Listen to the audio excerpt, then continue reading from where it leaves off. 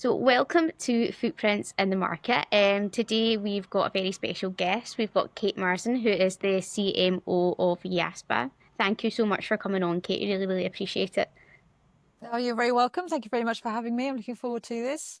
Well, I thought what we'd start with is like for those of those listeners that maybe don't know, if you could give us a little bit of an elevator pitch for Yaspa and what you guys do within the iGaming space. Yes, Yaspa is a fintech based in London. We started around 2017. Our founder and CEO was a chap called James Neville, who used to work at WorldPay. So he comes from a payments background. We were one of the first companies licensed to deliver open banking services for payments and account information solutions, really. When James first began the business, it was all about connecting identity. So who we are, our profile and money, so the payments side of it. And that sort of blend of the two together has been sort of the North Star for the company since we began. As I just said, we began quite early on in the open banking journey, so it's taken us a while to find our sort of footprint. But over the last 3 years or so, we've really found our niche in the gambling, the iGaming sector. And we'll talk a little bit more about that, I think, as this conversation goes on.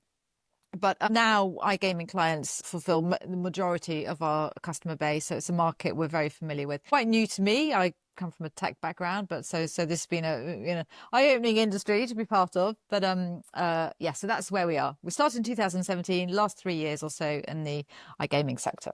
Yeah, just to kind of follow on from that, we did a little bit of research, Kate, obviously before you came on, and as you've said, that you've had like senior marketing roles across fintech and lots of them roles across fintech and payments. But what drew you into the iGaming space? Because it is a little bit of a niche industry, it is a little bit different from others.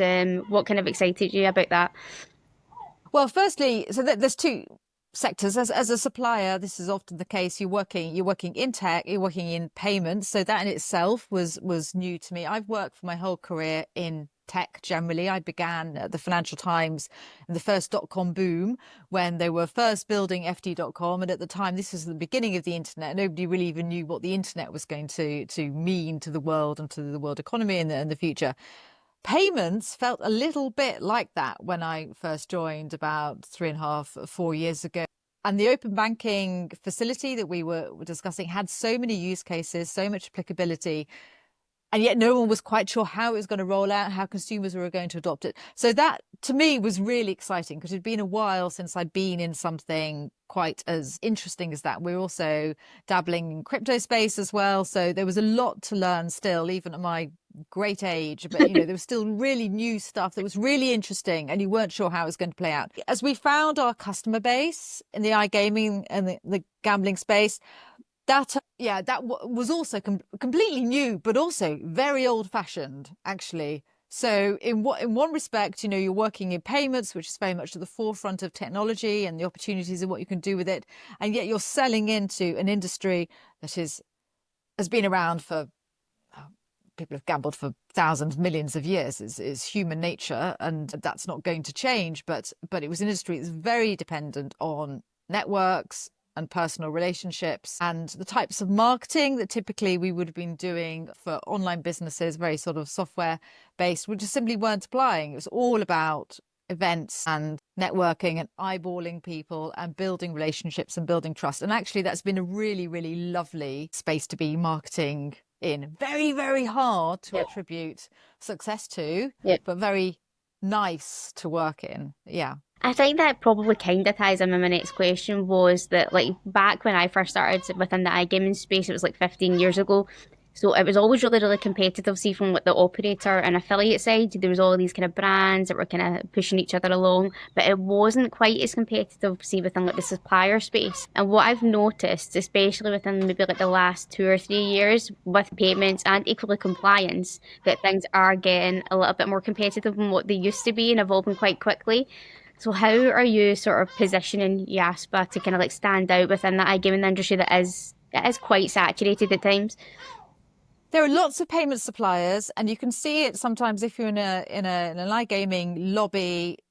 Often, particularly probably the less established ones, they've got a myriad of payment options, which actually it's no good for us as a supplier unless you're on the sort of the top row or top two, and really isn't that great an experience for the consumer, because it's overwhelming. And really, so competition and winnowing those out is actually a good thing for everybody, I think. From our perspective, though, we would certainly position ourselves not just as any other open banking payment supplier, and even if we were just that, there was certainly enough room still in the market for that to be fine at the moment. So that competition is very much welcomed by us.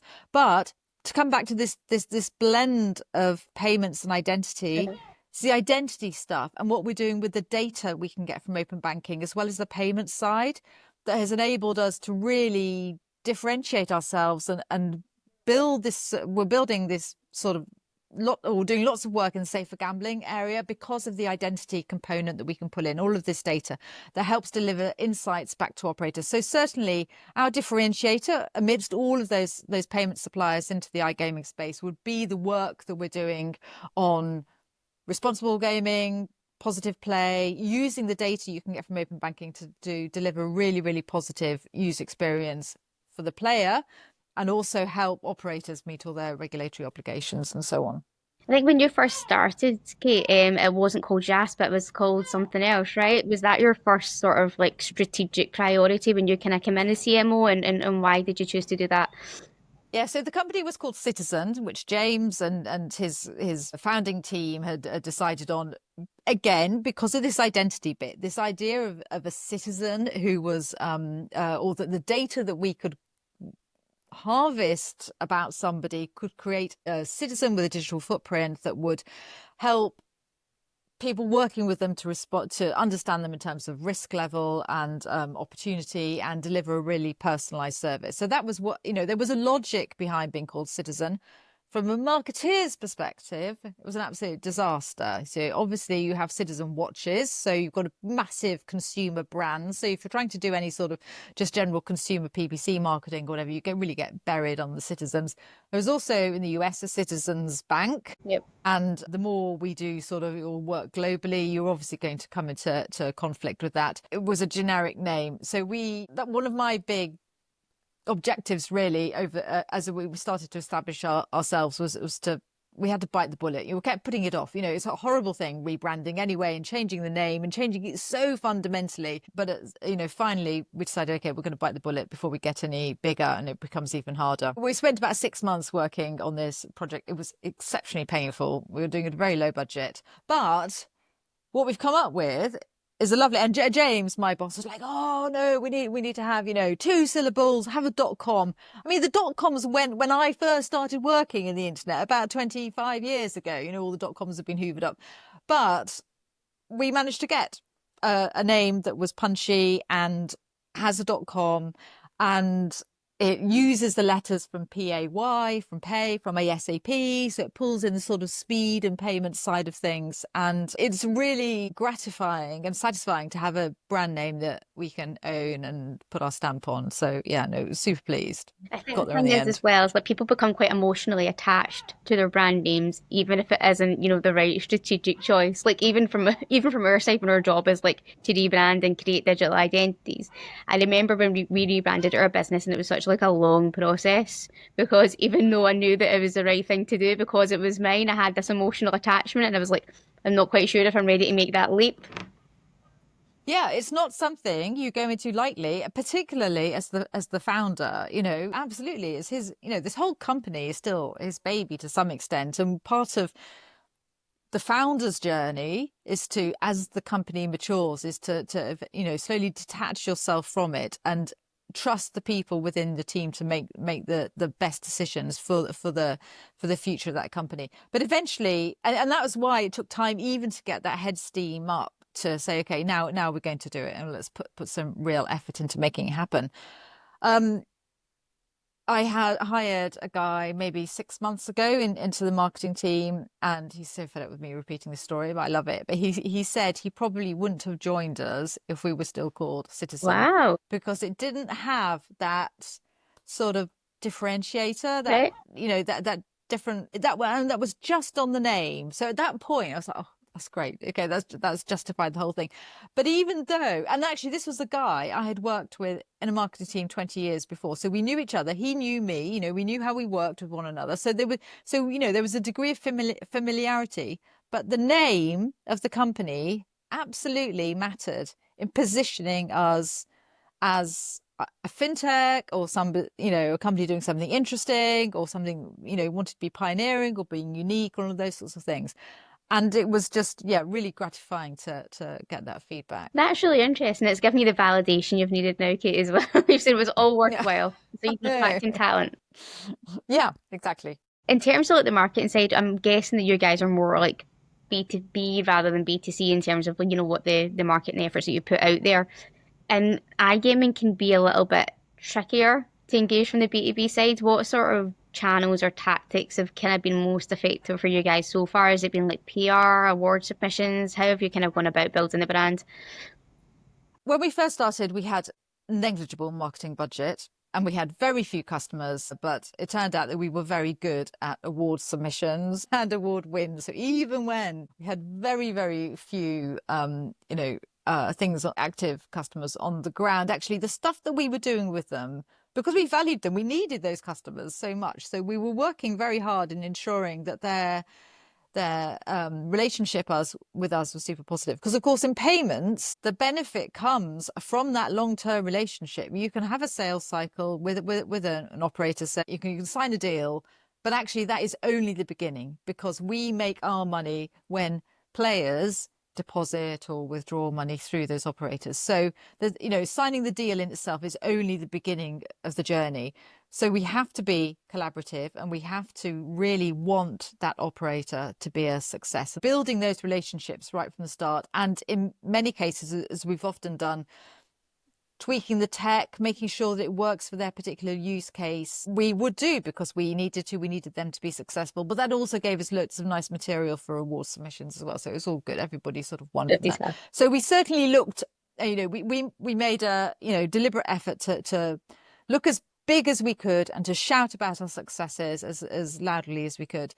So yes, it's award submissions, which we are still very good at. We won the one at the Cards and Payments Solution a few months ago, and there's a number of ones which we're on the finalist list for at the moment. PR generally, just to make sure that people understand Yaspa and what we do.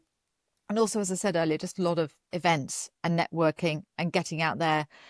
And we have been successful, even though we're still relatively small compared to some of our larger competitors, because we are nice to work with and we are nice people, and that comes over first and foremost if you're meeting people and shaking their hand or having a drink with them or something. So that face-to-face connection is really super important. I think as well, see from like the awards side as well. So we judge at quite a few of the awards, and what I certainly have noticed is some of like the bigger companies, they are a little bit more complacent when it comes to their awards entries. So actually, when you're looking at it from a judge, it's brilliant to see some of the smaller companies actually put a sustained level of effort into what they're inputting, and I think that's probably where Yaspa's done a really, really good job.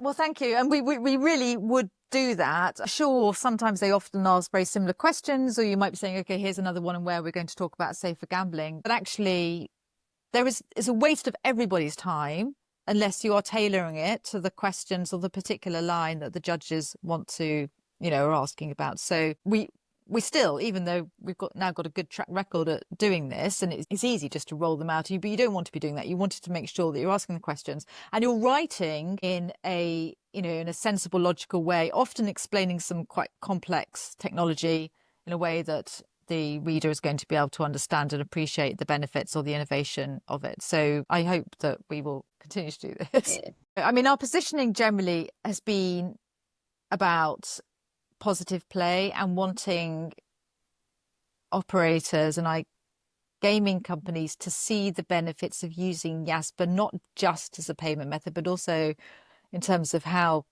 the insights that we can give help them meet their regulatory obligations and deliver a great play experience, whether it's through cutting out the KYC and the paperwork, accessing bank statements, all of that sort of business. So we don't do any at the moment B2C direct marketing, so the considerations in that area are just not something that on my radar particularly. In fact, my skill set is in B2B. So when we get to that stage, we're definitely going to have to grow the team and hire the right people who understand this. But from my perspective, I'm interested in making sure that people understand why Yaspa is a different open banking payments provider, and that the benefits of the insights that we can give in terms of this positive play experience and helping them meet regulatory obligations is super valuable. Talking about Team Kate, obviously you mentioned that you've managed to attract some really good talent, even with the rebranding with the new name. As a marketing leader, how do you foster creativity while also being data and metrics driven? Yes, so all our job descriptions begin with you must be super creative, really good writer, Yep.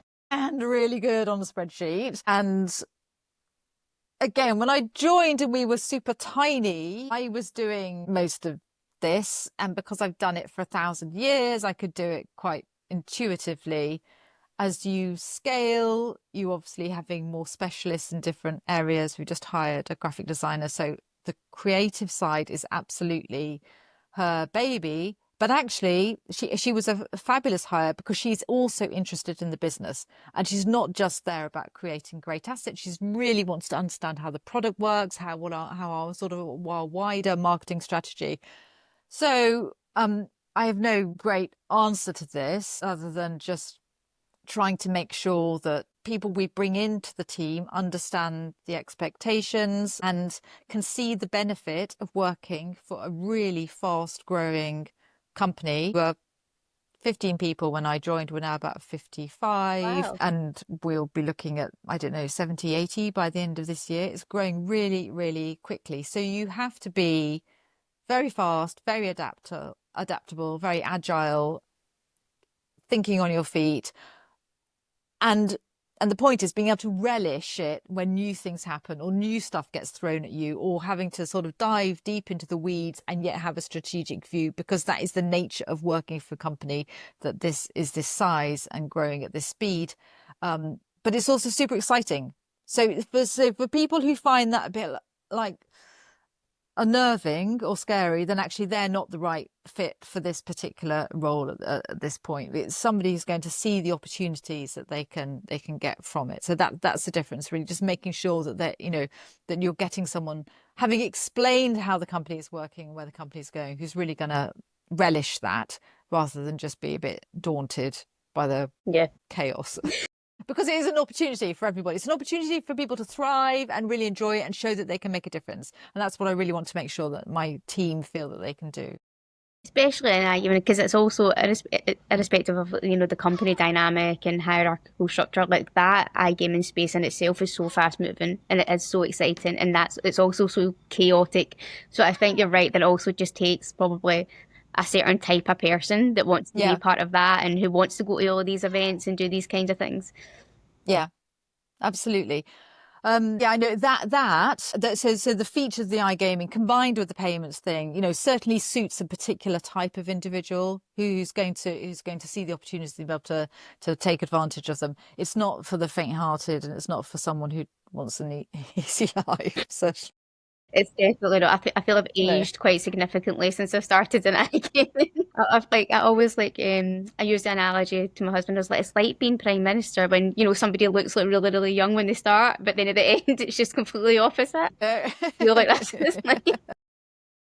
No. Have you ever experienced any pushback in terms of innovative marketing within the iGaming space because it is regulated, or have you seen anything different when you've just came from the payments background from when you've come into the iGaming space? Not on the regulated side of things. I've definitely seen it in terms of the culture, and I'm obviously female CMO. We've got a very mixed team and company actually in terms of the gender balance, so that's all super good. And I have been astonished to be at events or where we are still relying on scantily clad young women, either in person or images or graphics or whatever. And I do have a bee in my bonnet about this one, and I feel it's completely inappropriate for me to be asking younger members of my team to work in those environments surrounded by these sort of soft pornographic images of women. Yeah. where there aren't of men, it's the inequality of the thing that drives me potty. Yeah. So we have sometimes withdrawn from support of this, that, and the other. We sponsored the Women in iGaming effort that's run by Open Banking Oh, Expo okay. in the UK across Europe. We also have done lots of work with women in iGaming, and so we've often done breakfasts and brunches and things like that. So really super supportive of the female experience in the industry. And it is totally inappropriate to ask young women at the beginning of their career to work in environments with sort of inappropriate imagery. So it's just unfair. It sends a really, really incorrect message about your future career, about the culture of and the attitudes of the place towards you as a female businesswoman. So that's my particular No, definitely. issue. No, definitely. I think it's a lot better than it used to be as well, and that alarms That's what I was me. actually Yeah. going to say. Because when I had first started, it was like 15 years ago and I was like 21. And I remember walking into the conferences and it just being like an experience that I've never had before, like within that space. And it was also actually much more like male dominated back then than what it is now. So it was, it was daunting. But I do think, as you're kind of saying, it's much better than what it was. So like, back then we didn't really have, women in gaming and all of that kind of stuff. Whereas now, at least there's like those spaces within Mm. conferences, which before there was nothing like that. Well, I mean, I just find it baffling. And as I said, I've worked in tech my whole career and have never had any issues with being in the female minority. It has been always super, super equal in terms of your contribution, your skill set. So, and I mean, these people complain about women in tech is a different issue. I think it's about getting women coders, but generally for me, it's been entirely equal and entirely positive. And so and within that tech career, I've worked, aside into a number of different other industries, including, I don't know, publishing and medical imagery and all sorts of things, as I've worked with clients who service those different sectors. And nothing has been like the experience I've had in iGaming and gambling. Yeah, baffling. Right. And so I will do my own little super annoying efforts That's what I was going to say. Between the both to of us, combat it. we'll change the world. Yeah, okay, absolutely. So, looking ahead, what's next for Yaspa in the iGaming space? Are there any big goals or challenges on the horizon? Anything coming up that you want to talk about? Well, the safer gambling solution that I've been discussing, we won a grant for it for the development of it from the UK innovation arm last year, and that was for a 12-month build project, which is now coming to an end. So we have a solution in beta that we're working with operators on. So basically, that means that when somebody is making a payment, so making a deposit into an operator through Yaspa. At the same time, we ask them for their consent to check their account. We don't pass all that data back onto an operator. The player doesn't want that. The operator also doesn't want all of that information.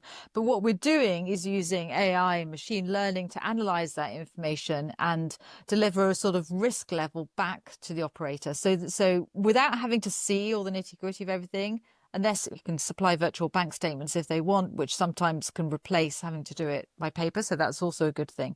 But what it's doing is us working as an intermediary to help provide the operator with some reassurance as to the risk level of that player. But also from the player's perspective, it means that they get an immediate response rather than having to rely on credit reference scores or, again, bank statement information. So it's making that whole exchange of information real time, really fast, really current, and really relevant to that individual. So this has been a really super exciting build that we've been working on over the last 12 months, as I said. I just want to see that rolling out really over the UK and Europe over the rest of this year. We're also, as Yaspa, we have just set up Yaspa Inc. in America. So we have a little office in Atlanta. So there'll be Wow. lots of work going on in the US as well.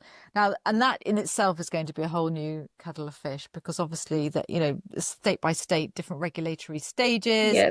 sports betting, iGaming, there's a massive, massive piece of work there in terms of introducing Yaspa to the industry and also understanding their needs and ensuring that we can really match what we're doing to meet their different objectives. But it's going to be really, so there's a huge amount happening. It's super exciting. Presumably for you, that means lots of fun trips to Atlanta, or I'm still wangling for one, and although I realised it was in August, where I think it's going to be super hot, so maybe that's a poor decision. But yeah, no, I'm really looking forward to it. Amazing.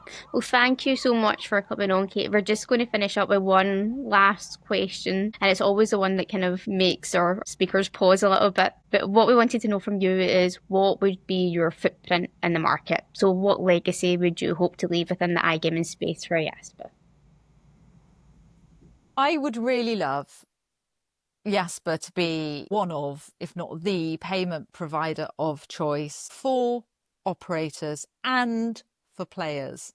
So delivering benefits to both sides, because operators get the insights and get the value add to their business that we've just been talking about, but players get a really fast, secure, super reliable payment method that they can trust. And that's fundamentally what you want. And also that makes their life and their operator engagement easier. So that for me would be great. I have a ongoing debate with a CTO who comes from Playtech. So he comes Okay.